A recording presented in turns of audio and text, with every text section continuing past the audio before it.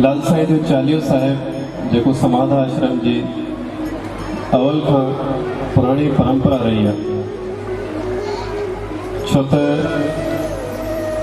लाल साईं धर्म जो अवतार बची करे असांजे धर्म की रक्षा कई, जै कारण उन्हनि जी याद में उन्हनि खे श्रद्धांजलि ॾियण जे लाइ हर साल समाधा आश्रम में जेके भी समाधा स्थान हिंदुस्तान में या पाकिस्तान में सतगुरु बाबा शिवानंद साहिब जिन जी स्थापना कई, हर स्थान से लाल साईं जे चालीहे साहिब की स्थापना कई वेंदी आहे, जिन जी शुरुआत 16 जुलाई का 24 अगस्त ताईं थींदी आहे।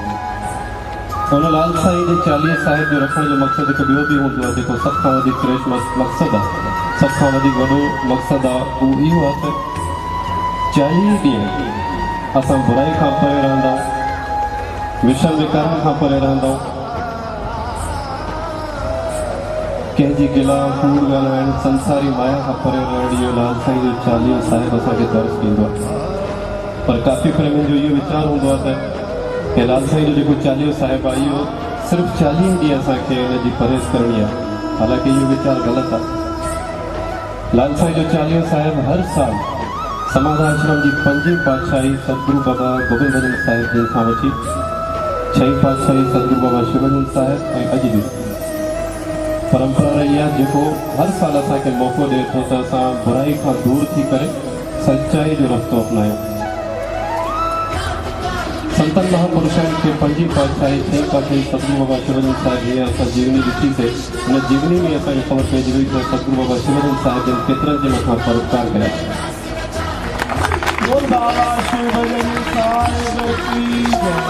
संतन महापुरुषनि खे कहिड़ी ज़रूरत आहे चालीहा साहिब रखण जी?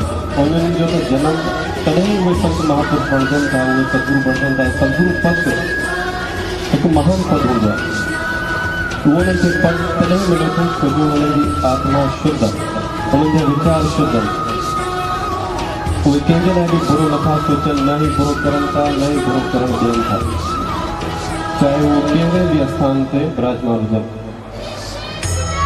जंहिं स्थान ते संत महापुरुष विराजमान हूंदा त मां पक सम्झो त हुते काई भी बुराई न हूंदी, छो जो संत महात्मा असांखे दर्श ॾींदा आहिनि, रस्तो ॾींदा आहिनि सच्चाई ॻाल्हाइण जो।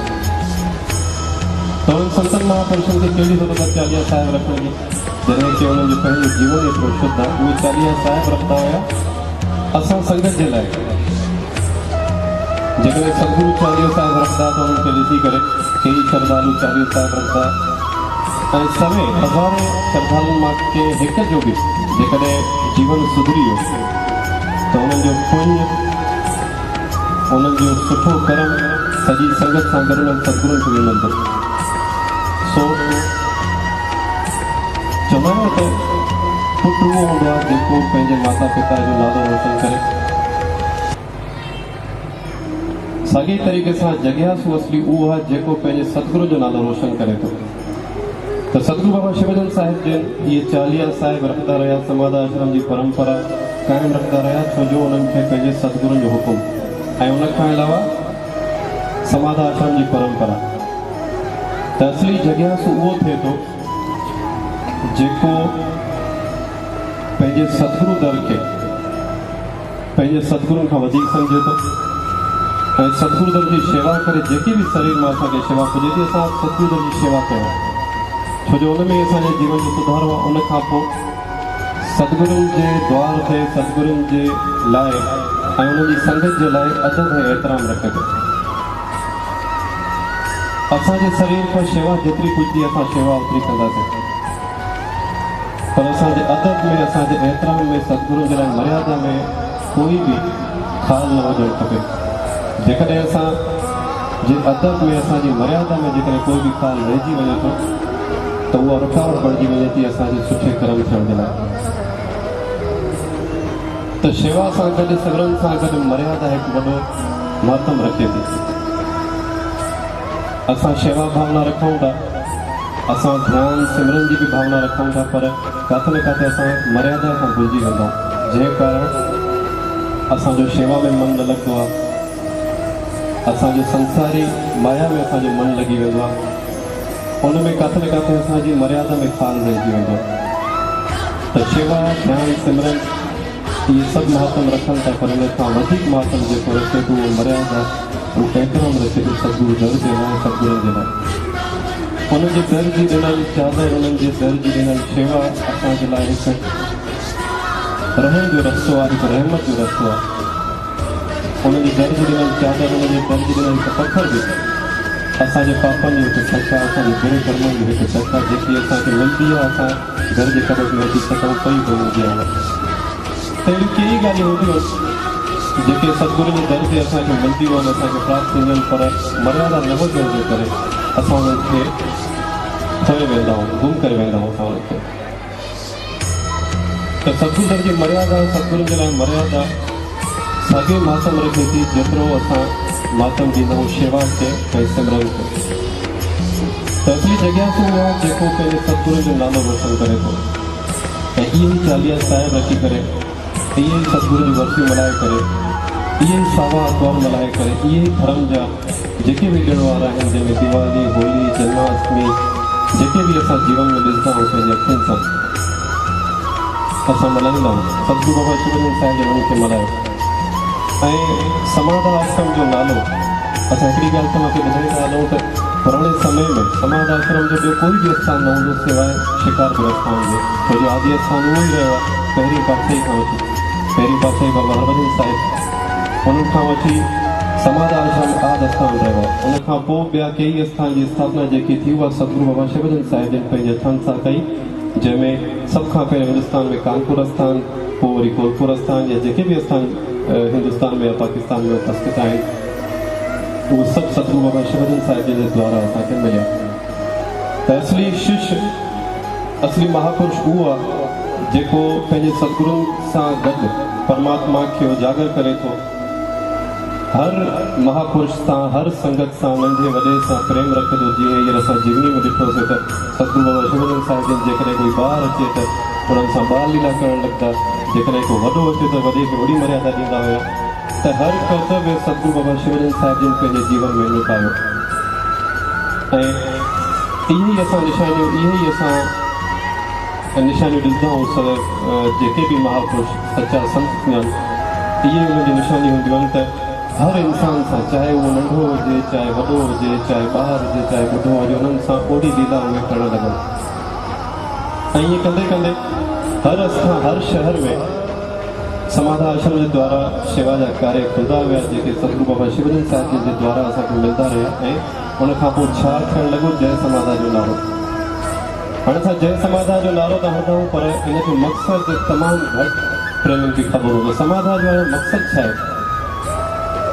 जेके असां जय मल्हाईंदा आहियूं, जय समाधा या समाधन वारे साहिब की जय, काफ़ी माण्हुनि जो इहो वीचार हूंदो आहे त सतगुरू बाबा शिवलिंग साहिब जिन हाणे पंहिंजी जय, मतिलबु पंहिंजे आस्थान जी जय मल्हाइण लॻा, जॾहिं की हुननि जो इहो वीचार सरासर ग़लति आहे। समाधा आश्रम जी जेकी जय आहे उहा सिर्फ़ु समाधा आश्रम जी जय न आहे, छो जो समाधा जो मक़सदु आहे पंहिंजो पाण खे परमात्मा जे नाले ते अर्पण करणु। ऐं जय समाधा जो मक़सदु आहे त सदाई उन्हनि जी जय आहे जिन पंहिंजो पाण खे परमात्मा जे नाले ते अर्पण कयो। सो जय समाधा या समाधन वारे साहिब की जय हर उन संत महापुरुष जी जय आहे। समाधा आश्रम जे संतनि सां गॾु पंहिंजे सिंध जे हर संत महापुरुष जी जय आहे, उन में जिन पंहिंजो पाण खे परमात्मा जे नाले ते अर्पण करे छॾियो। इहो वीचार रखणु, इहा सोच रखणु सरासर ग़लति आहे त समाधा, जय समाधा या समाधा आश्रम जी जेकी बि जय हुजे उहा सिर्फ़ु समाधा आश्रम जी जय आहे। समाधा आश्रम जी जय सदाई आहे। हर संत महापुरुष जी जिन बि शेवा जा कार्य कया, मानव कल्याण वास्ते जनम वरितो आहे, उनजी सदाई जय आहे। पर जेके असां जय समाधा जय मल्हाईंदा आहियूं उहा हर उन संत जी जय आहे जिन पंहिंजे पाण खे पंहिंजे सतगुरू जे नाले ते ऐं परमात्मा जे नाले ते पंहिंजो जीवन समर्पित करे छॾियो। तो पहिरीं साध संगत हर साल इहे 40 साहिब ईंदा आहिनि। हर साल असांखे धर्म जे द्वारा, इन्हनि संतनि सतगुरू जे द्वारा असांखे मौक़ा मिलंदा आहिनि त असां पंहिंजे जीवन में सुधार आहियूं। सुठो कर्म जेको हूंदो आहे उहो उमिरि न ॾिसंदो आहे। कोई नंढो ॿार बि असांखे सिखिया ॾेई सघे थो, पर अक्सर असां छा ॾिसंदा आहियूं त जेकॾहिं नंढे ॿार जे द्वारा असांखे सिख मिलंदी आहे त असां हुनखे मज़ाक या हुनजो बचपन ॾिसी करे हुनखे नज़रअंदाज़ करे छॾंदा आहियूं। जॾहिं की असां ॾिसंदा आहियूं त समाधा आश्रम में जेकॾहिं तव्हां ॾिसो त बाल अवस्था वारा भी सेवादारी केतरी सुठी सेवा करन था। रोज अची करे समाध आश्रम अची करे सेवा करन था, या कई प्रेमी बाहर जा अची करे उते अची करे सेवा करन था। सुठियूं ॻाल्हियूं ॿुधी करे ॿियनि खे ॿुधाइनि था। या कई संतन जे स्थान ते महापुरुषनि जे स्थान ते असां ॾिसंदा आहियूं त उहे बाल अवस्था वारा सेवादारी सेवा करनि था, सुठियूं ॻाल्हियूं ॿुधनि था। पोइ असांखे जेकॾहिं ॿुधाइनि था त असां उन्हनि जी ॻाल्हि खे ॿुधो करे छॾियूं था। जॾहिं की सुठो कर्म या सुठी ॻाल्हि कंहिंजी उमिरि न ॾिसंदो आहे, त इहे मौक़ा जेके धर्म जे द्वारा संतन महापुरुषनि जे द्वारा असांखे हर साल मिलनि था, असांखे घुरिजे त असां उन्हनि खे पंहिंजे जीवन में अपनाए करे पंहिंजे जीवन में सुधारणो। सो प्यारी साध संगत, इहो चालीहो साहिब जंहिंजी समापति समाध आश्रम में 24 अगस्त थी ऐं उन घोटकी शहर में जैसा सतगुरु बाबा शिवजन साहिब जिन जो तमामु पुराणो रिश्तो रहियो आहे, प्यार जो रिश्तो रहियो आहे। इहा असांखे ख़बर आहे शुरू खां वठी त चंद उहे शहर थिया आहिनि सिंध में या बलूचिस्तान में आंगुर से ॻणण जहिड़ा, जंहिंमें हिकु घोटकी शहर बि हूंदो जिते हर साल में हिकु दफ़ो बि न बल्कि वधीक सतगुरु बाबा शिवजन साहिब जो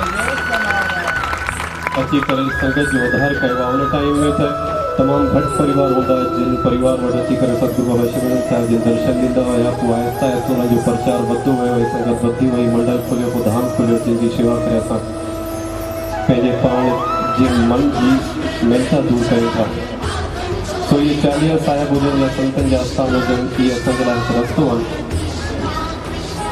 हिकु ईअं चऊं जो सुर्ग जो रस्तो आहे जेको जिन जे द्वारा असांजो जीवन सफल थी सघे थो। प्यारी साध संगत, वधीक कुझु न चवंदे सतगुरु जे चरणनि में शीश झुकाईंदे तव्हां सभिनी प्यारनि वास्ते इहा अरदास कंदे त हर साल जीअं इहे चालीह साहिब जा मौक़ा असांखे मिलंदा रहनि ऐं वधि खां वधि संगत इहे चालीह साहिब रखी करे पंहिंजे जीवन में सुधारणो त जीअं वधि खां वधि हिन जो लाभ असांखे हासिल थिए।